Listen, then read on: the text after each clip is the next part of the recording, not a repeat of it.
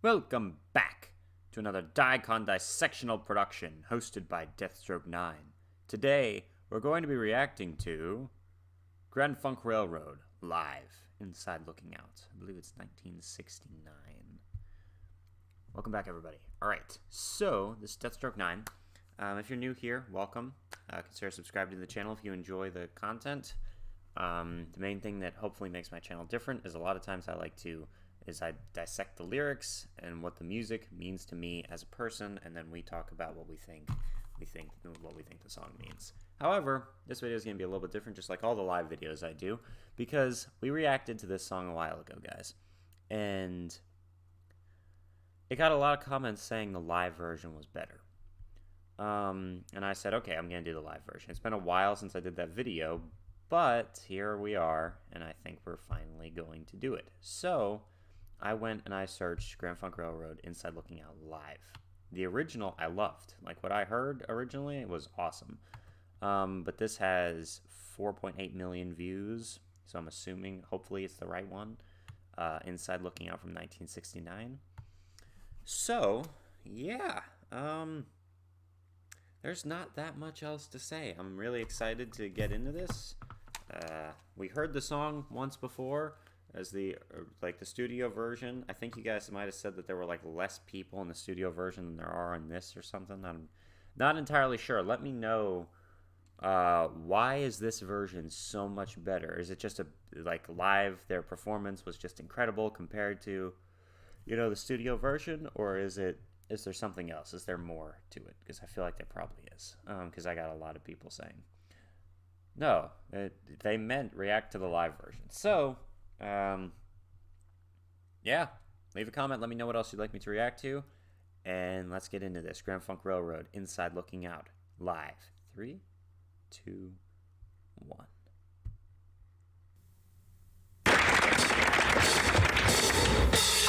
I'm sitting here lonely like a broken man. I serve my time doing the best I can.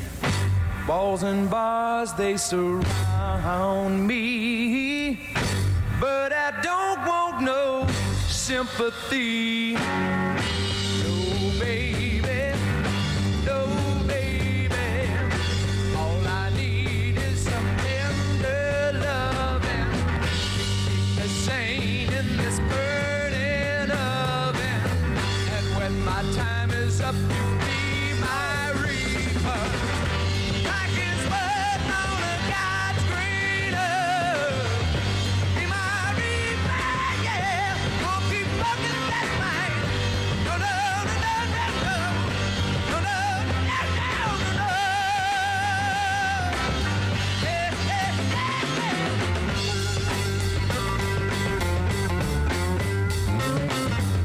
Wow. So far sounds just as good live.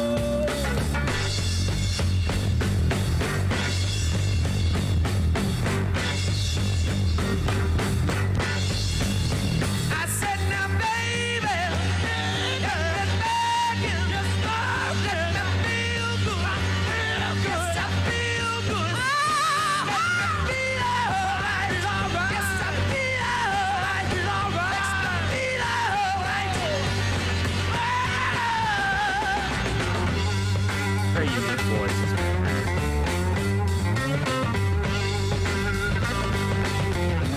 That bass line. Ice cold water running through my veins, they try and drag me back to work again. Pain and blisters on my mind and hand. So, yeah, so what we kind of figured out is that this song is like, according to you guys, kind of about a man who was taken to prison for doing drugs. And then they're gonna he's in a jail. Not entirely sure. Like, I got actually multiple interpretations out of this song, because there's a lot of, you need context. So it's really just I'm stuck inside and I'm looking out song. I want something. There's a desire for something that I can't have, and instead I'm stuck doing this. That's kind of that's the universal theme of the song. But then there is obviously, like, if you put certain contexts on it, then it changes the exact meaning a little bit. So far we've got I like the performance. So far, though, I don't really hear that much difference between this version and the studio version so far. We're only 2 minutes in, so still got a lot more to go. Let me read what this thing says. Inside of Looking Out, often written Inside Looking Out, is a 1966 single by The Animals. It was a substantial hit in their native land, reaching number 12 on the UK singles chart.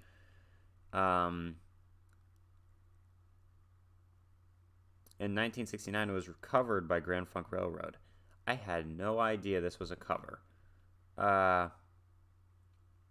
Grand Funk added some marijuana references to the lyrics. Okay.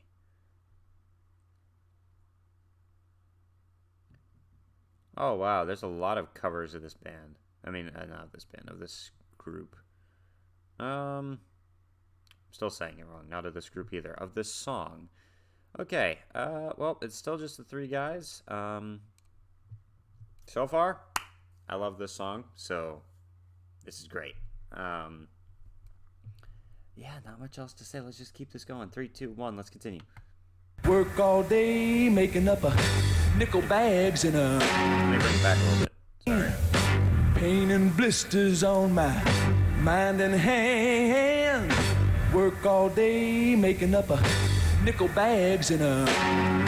Those are beating me, driving me wild. I feel happy like a newborn child. Now when my time is up, you wait and see. Walls and bars won't keep that stuff from me.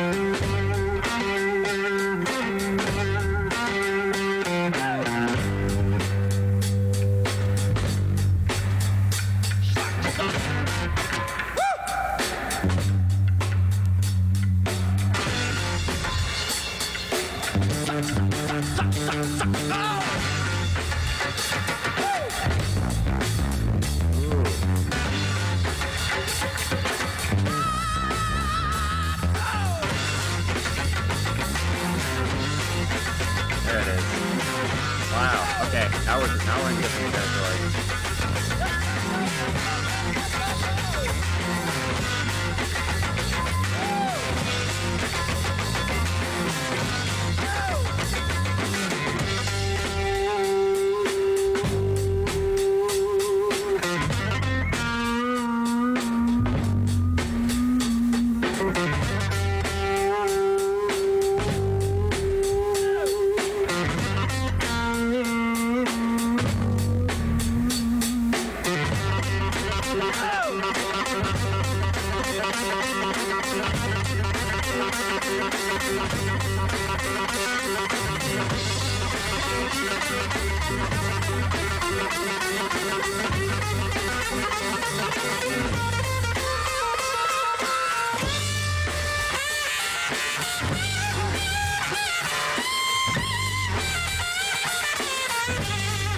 Incredible. Crazy.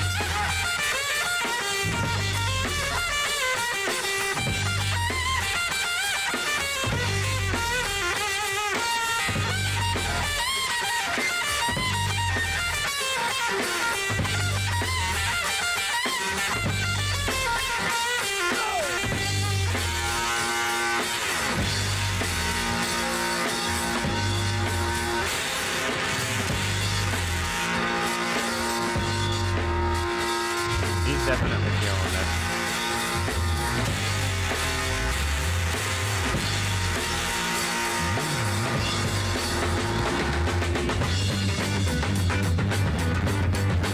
There we go. I gotta pause it again. Dang it. Sorry. I'm gonna bring it back. Alright. So, yeah, so there's been minor changes. And you know what? I'm gonna change my perspective on this, because this entire time I've kind of been thinking to myself, why were so many people saying, no, that studio version sucks, the live version is the best version? So that's kind of been my mindset this whole time of what's different, what's a million times better, you know? But I'm going to change it.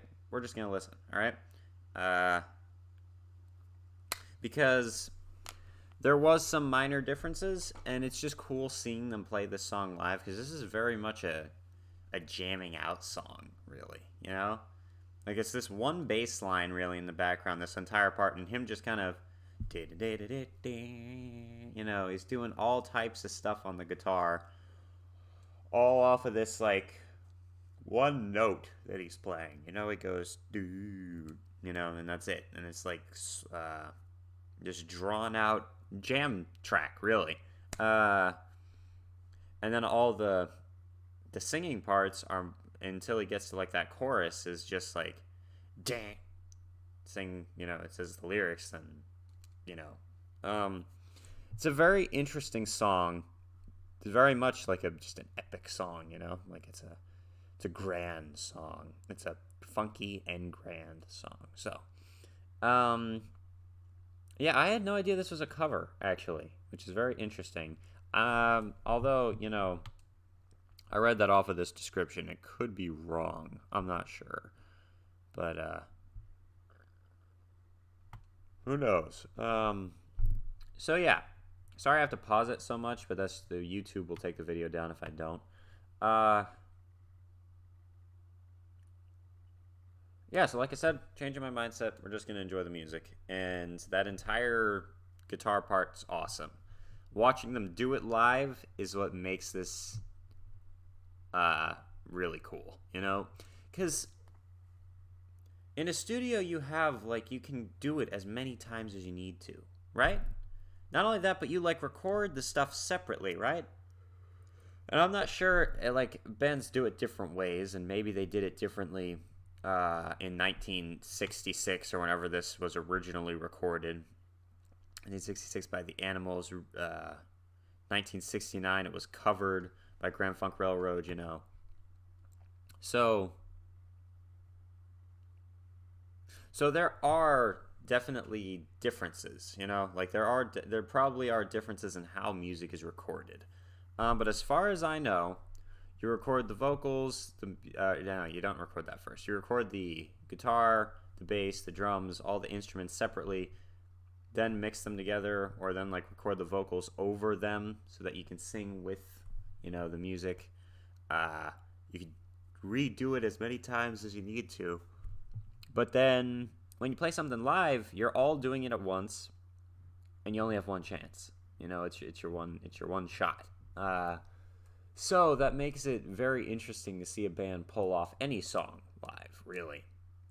I mean, I guess if it's like a simple 3-chord song, then not that incredible. But in general, watching a band play a song live is awesome. Anytime, with almost any song, unless they screw it up, in which case, never mind. And yeah, my point in all that is, that's what makes watching these live videos so interesting, is that you're seeing the band as a cohesive unit putting on a show. And something that's interesting to me is how a lot of these groups on stage from the 60s and 70s that we've been watching are very much like, it's interesting to me how like the idea of a stage presence has changed over time. Because I've like seen a video of like I've seen some videos of some thrash metal bands live, and then even later stuff like, I don't know, Linkin Park or something like that, where they definitely interact with the crowd, you know, and they kind of get the crowd singing with them, or they just are very at one with the crowd. With this, I'm wondering, is it more of an experience? Like, is the majority of the crowd on some type of recreational chemical? Are they just are they taking it in as an experience, or is it more of a lot of there were more artistic people at the time, so a lot of the people who went to these concerts likely were like looking for inspiration or going to see the legends perform or something like that? Let me know in the comments if you have any idea. And obviously, I'll bet there are bands from the 60s and 70s. This was a generalization based off watching this and watching Chicago perform live and a couple other live videos. That it seems like a lot of times these bands are kind of in their own space, where a lot of the newer live videos that I've seen, they're very with the crowd, I guess you could say. And I don't know, I think Queen does the crowd interaction thing, and they're like 70s, right? So 80s as well. Yeah, I don't know. Anyway, yeah, I've talked too long, so let's keep going. I'll shut up. 3, 2, 1, Grand Funk Railroad, Inside Looking Out Live. Let's continue.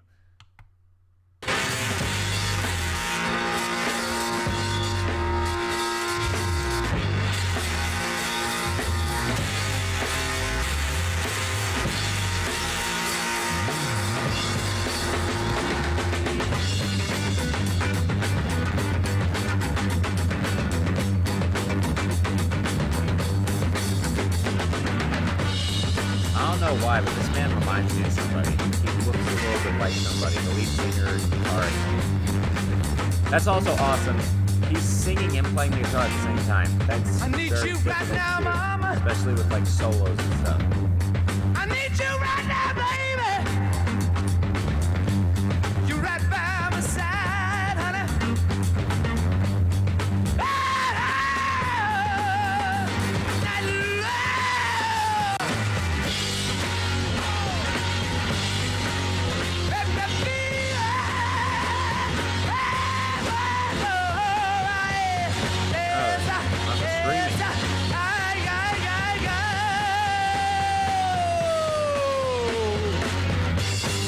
Come on up and get down with me. I make you feel real good. Just watch and see.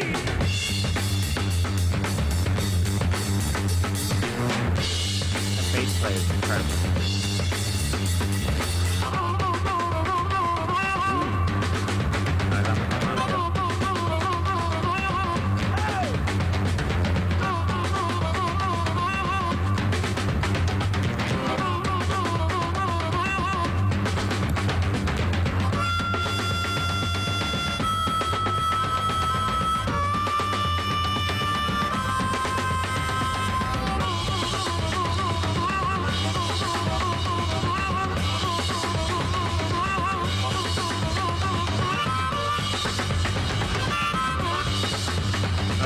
Going off. I didn't even notice.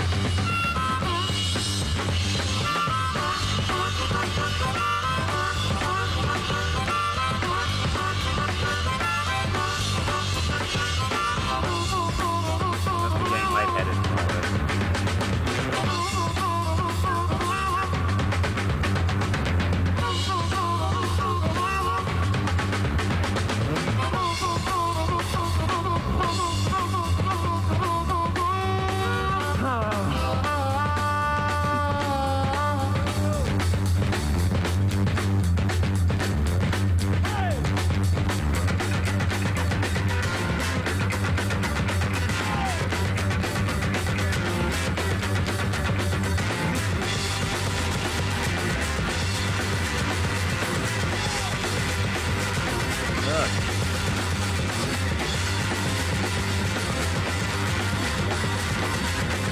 Cutting really fast now.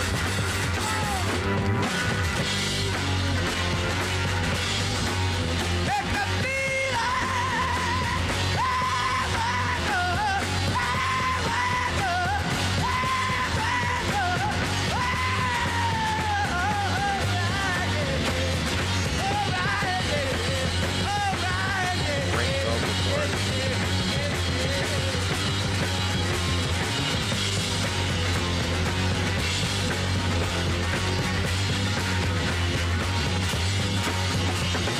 a jam out song.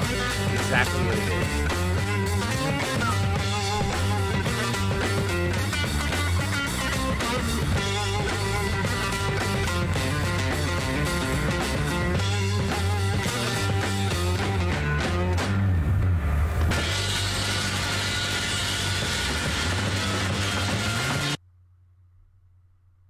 Are you kidding me? An ad? Seriously? Wow. Okay, let me mute this. Wow, they actually put an ad there. Oh, wow. Okay. Interesting. Interesting ad placement. Thanks. Thanks for that.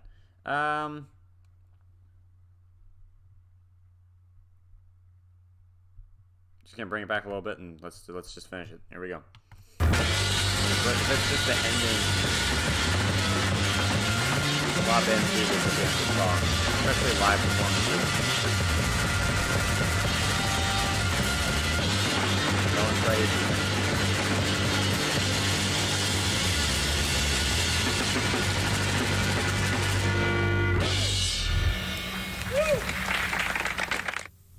Okay.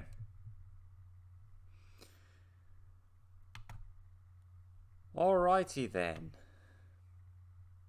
See, is there any good comments on here? Guy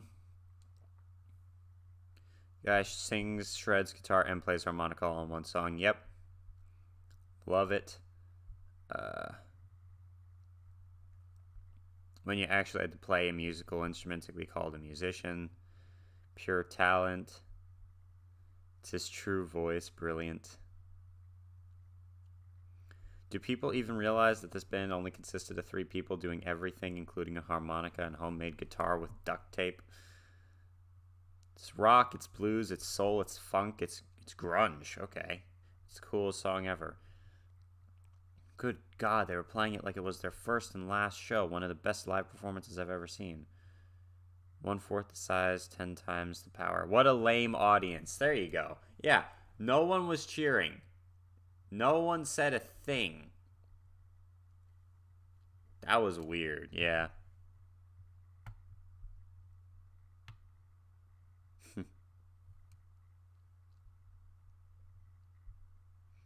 From a time when you had to have talent to be a success in the music business. Love Grand Funk, the only band to blow the mighty Led Zeppelin off the stage. That actually did happen, according to... My dad told me about this. I'm not entirely sure if it happened, but my dad told me that that Grand Funk Railroad used to open for Led Zeppelin, and then one time they just did so well that Led Zeppelin was like, yeah, we can't keep having them open for us. Which is, yeah, that's interesting. All right, at the very end, I kind of figured out, I think, who the guy looks like. I don't know why it made me think of this, but does anyone think that he looks like the lead singer of Red Hot Chili Peppers? Anybody? In that, I mean, it looked like he had big sideburns, which totally is different, but I didn't even notice that. They were, like, covered by his hair. But he had, like, the same hair, like, super straight hair, kind of longish head shape. Am I crazy? I might be crazy. Anyway, so yeah, great live performance, great song, love that song. And like I said, yeah, so a lot of people were saying the song's not that great in the comments of my original reaction video. Not a lot of people, but a few people. And here's what I have to say to that. This song is definitely a jam out track. Okay, it's not necessarily supposed to be, you know, It's exactly what it sounds like, you know? Like, it's a great song, and I can't play that on the guitar, you know? That's insane. You know, there's a lot of guitar soloing stuff going on. The bass lines are incredible. The drummer's going off at the end. Putting in the harmonica was beautiful. The guy's voice is out of this world, you know? It's very, very interesting, and they're able to do all of that live. Incredible. I didn't notice a ton of differences between this version and the original version that I listened to, but the main thing was seeing them perform it live, which is just an awesome experience, seeing live performances in general.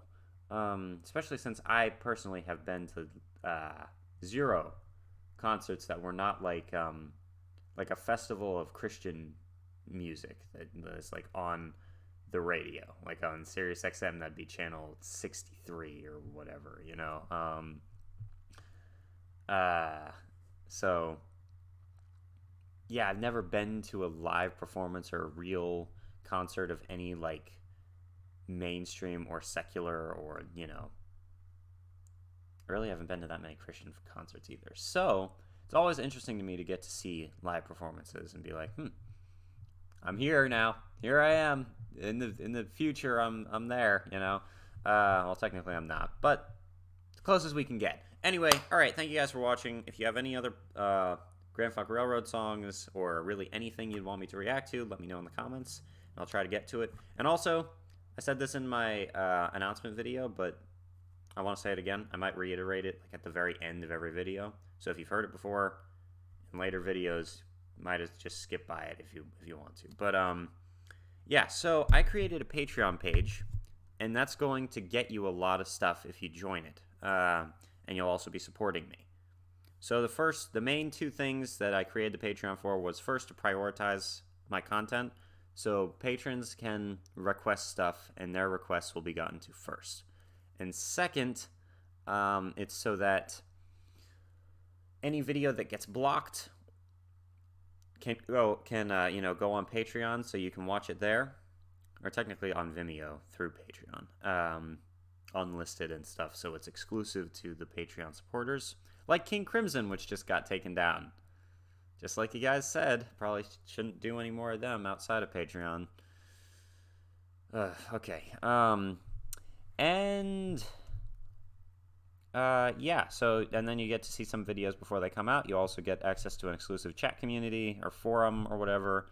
Lots of cool stuff. Check it out. There's a link in the description. It's not expensive at all, and it's like a monthly payment, so it's like, I'd really appreciate it if you checked it out, and it would be supporting the channel so that I can upgrade it and get everything better. And yeah, thank you guys for watching. Man, this video was 27 minutes long. All right, I'll see you guys soon. I'm gonna upload more today, but in a little while. Deathstroke 9 out. See you guys soon.